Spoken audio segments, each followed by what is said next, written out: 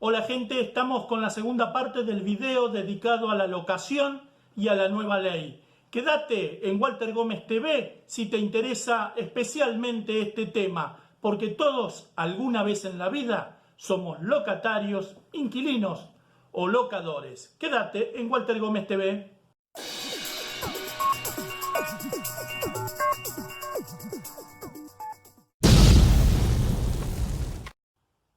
Hablamos del objeto del contrato de locación, hablamos del destino de la locación, pero todavía no hablamos de un elemento muy importante y que tiene que ver con la temporalidad del contrato, es decir, el plazo del contrato. Y es aquí que se produjo una reforma importante al plazo del contrato. Debemos decir, antes que nada, que la reforma, el proyecto original del diputado Lipovetsky, allá por el año 2016, era muy distinto a lo que terminó siendo aprobado por la Cámara de Diputados en el 2019, impulsado por el bloque de Cambiemos y apoyado por toda la oposición. Luego, sí, aprobado en el Senado ahora, en 2020, donde no hubo modificaciones. El proyecto original, como dijimos, era muy distinto. Era un proyecto claramente que en teoría pretendía beneficiar al inquilino en mayor medida que lo que terminó saliendo. Bien, volvamos al plazo. El plazo es fundamental en el contrato, ya lo dijimos. Ahora, ¿qué establece la nueva ley? La nueva ley modifica el plazo mínimo. Nosotros hemos tenido distintos plazos a través de la historia, pero vamos a referirnos a los últimos años. En el 2015 se optó por un plazo mínimo de 2 años para las locaciones de inmuebles. Ahora la reforma lo lleva a 3 años para la locación de inmuebles, cualquiera sea su destino, con excepciones que prevé en el artículo siguiente, de las que vamos a hablar. Cualquiera fuera su destino, ¿qué significa? Nos referimos al destino sea habitacional para vivienda familiar o sea al destino profesional, comercial, industrial. Pero esto es un plazo mínimo.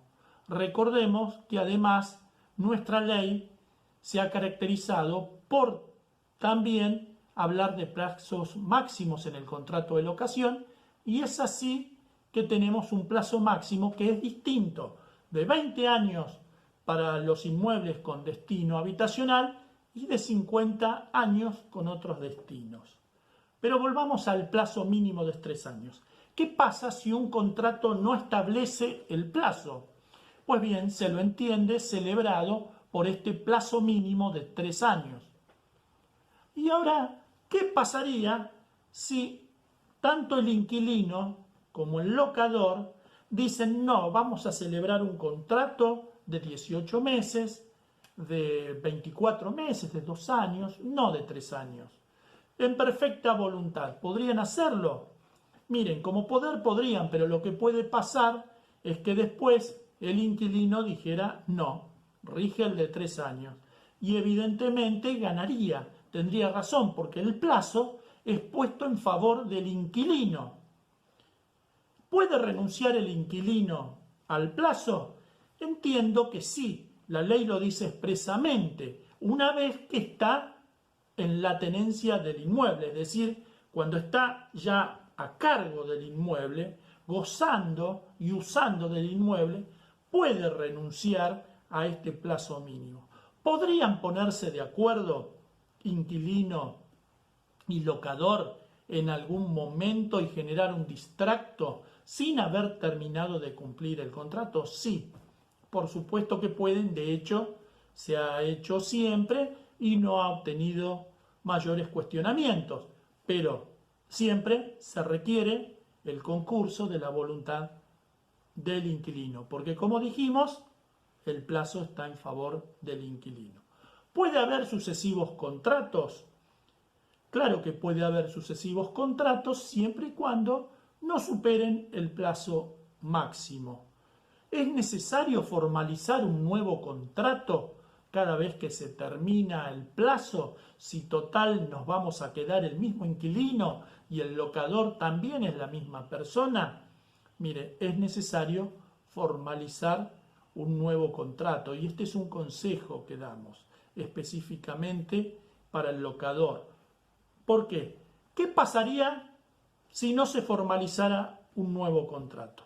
La ley claramente dice que cualquiera de los dos en cualquier momento puede dar por finalizado esta prórroga, porque sería una prórroga sin haber efectuado el contrato escrito, porque también las prórrogas de los contratos sobre bienes inmuebles o muebles registrables debe formalizarse por escrito. Ante esta situación, cualquiera de las dos partes podría darlo por terminado. Claro, me dirán ustedes, pero entonces las dos partes podrían seguir así a través de los años. Miren, ¿podrían establecerse prórrogas de 2 años y por escrito? Sí. ¿Podrían establecerse prórrogas de 18 meses, 6 meses? Sí. Ahora, cuando llegamos a 3 años, vamos a estar hablando de un nuevo contrato.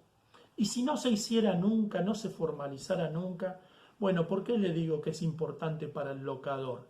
Tiene que ver con las fianzas o garantías de las que vamos a hablar después, porque la fianza fenece el mismo día, se extingue el mismo día que termina el contrato, salvo para casos en que el locador no obtenga la restitución del bien por parte del inquilino. Esto es fundamental tenerlo en cuenta. No se puede dejar que alguien quede sin contrato y sin fianza, o sí, pero téngalo en cuenta, señor locador, porque puede después tener problemas para lograr el recupero inmediato del inmueble, pero además para percibir los gastos, los daños o los propios cánones locativos. Siguiendo con el tema del plazo, hablamos de un plazo mínimo para las locaciones de inmuebles, cualquiera fuera su destino, con excepciones. Las excepciones están establecidas también en la ley, también en esta nueva ley, han sido modificadas y son 4, a saber, la locación para sede de embajadas, consulados, sedes diplomáticas, las habitaciones o casa habitación para el personal de esas embajadas o consulados, es decir, perfectamente lógico y razonable que se permita excepcionar el plazo mínimo legal. El segundo punto tiene que ver con la locación de habitaciones o residencias con fines turísticos. Hablamos de las habitaciones amuebladas, hablamos de las casas habitaciones amuebladas que se alquilan por temporada. Pero cuidado, si el plazo excede los 3 meses o se formalizan sucesivos contratos con este fin, con este objeto, cuidado porque estaríamos en presencia de una locación con fines habitacionales y sería pasible de cuestionamiento.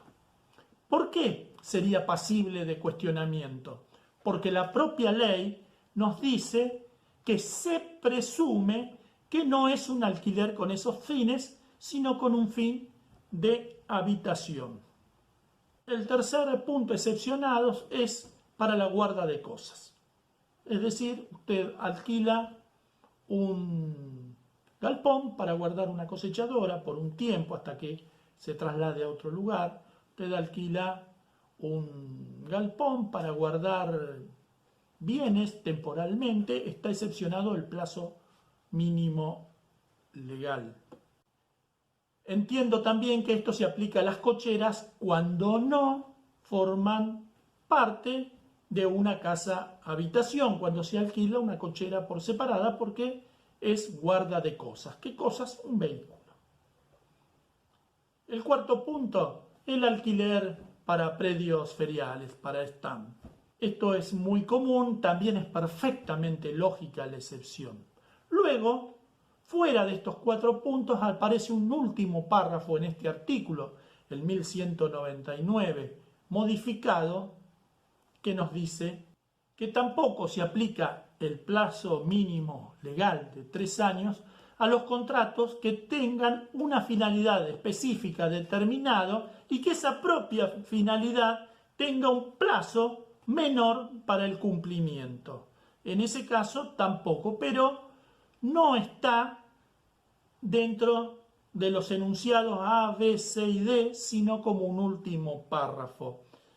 Aclaremos, esta ley tiene bastantes cuestiones de técnica legislativa que entiendo que pueden haber surgido estas deficiencias debido a la gran cantidad de reformas que tuvo desde la presentación del proyecto a la sanción, donde hubo muchísimas opiniones. Calculen ustedes que en el 2015 se pone en vigencia el nuevo código, en el agosto del 2015, con una regulación del contrato de locación, y en el 2016 ya se estaban presentando proyectos para reformarlas. Específicamente la base de este proyecto, presentada por el diputado Daniel Lipovetsky, era muy distinto a cómo terminó saliendo, y por eso podemos advertir bastantes errores de técnica legislativa que indudablemente en algunos casos pueden llevar a conflicto. En este caso no, tiene que ver con una enumeración simplemente, pero vamos a ir advirtiendo de ellos en el transcurso de esta charla. Metodológicamente, la resolución anticipada debería encontrarse entre los artículos de extinción del contrato de locación, pero nosotros, para hacerlo más fácil de interpretar, lo vamos a incorporar aquí en materia de plazo. ¿Por qué? Porque el plazo de 3 años, como dijimos, no es obligatorio para el locatario. El locatario sí tiene la posibilidad de resolver anticipadamente el contrato. Y es así que nos vamos a encontrar con el artículo 1221 del Código Civil, en su nueva redacción, que permite la resolución anticipada. Y establece que la resolución anticipada puede darse transcurrido los primeros 6 meses del contrato, notificando con por lo menos un mes de anticipación, debiendo pagar una indemnización. Esa indemnización será del valor de 1 mes y medio de alquiler del canon locativo si se produce antes del año, y será de un canon locativo de 1 mes de alquiler si se produce transcurrido 1 año. Es decir, desde los 6 meses hasta los 12 meses podemos resolver anticipadamente pagando 1 mes y medio de alquiler. Desde el mes número 13 en adelante vamos a resolver anticipadamente el locatario pagando solo 1 mes de indemnización, así lo dice la ley, conocido como multa. Ahora bien, esto rige para todas las locaciones, tanto las locaciones para habitación, para vivienda familiar, como las comerciales, industriales o profesionales. Pero para la locación con fines habitacionales existe también una posibilidad, que es que el inquilino de locación habitacional, transcurridos los primeros 6 meses del contrato, puede retirarse, resolver el contrato sin abonar indemnización o multa. ¿Cuál es el requisito? Que notifique con por lo menos 3 meses de anticipación. Es decir, si notifico con 3 meses de anticipación que me voy, no voy a pagar multa. Eso sí, hay que tener en cuenta que este plazo tiene que ver con posibilitar al locador conseguir un nuevo inquilino, ya que no vamos a pagar multa. Entonces, ¿qué obligación vamos a tener basada en el principio de buena fe y que además va a estar escrita seguramente en todos los contratos? La obligación de permitir el ingreso de potenciales locatarios para que el locador no sufra daño y pueda continuar alquilando su propiedad a un nuevo inquilino.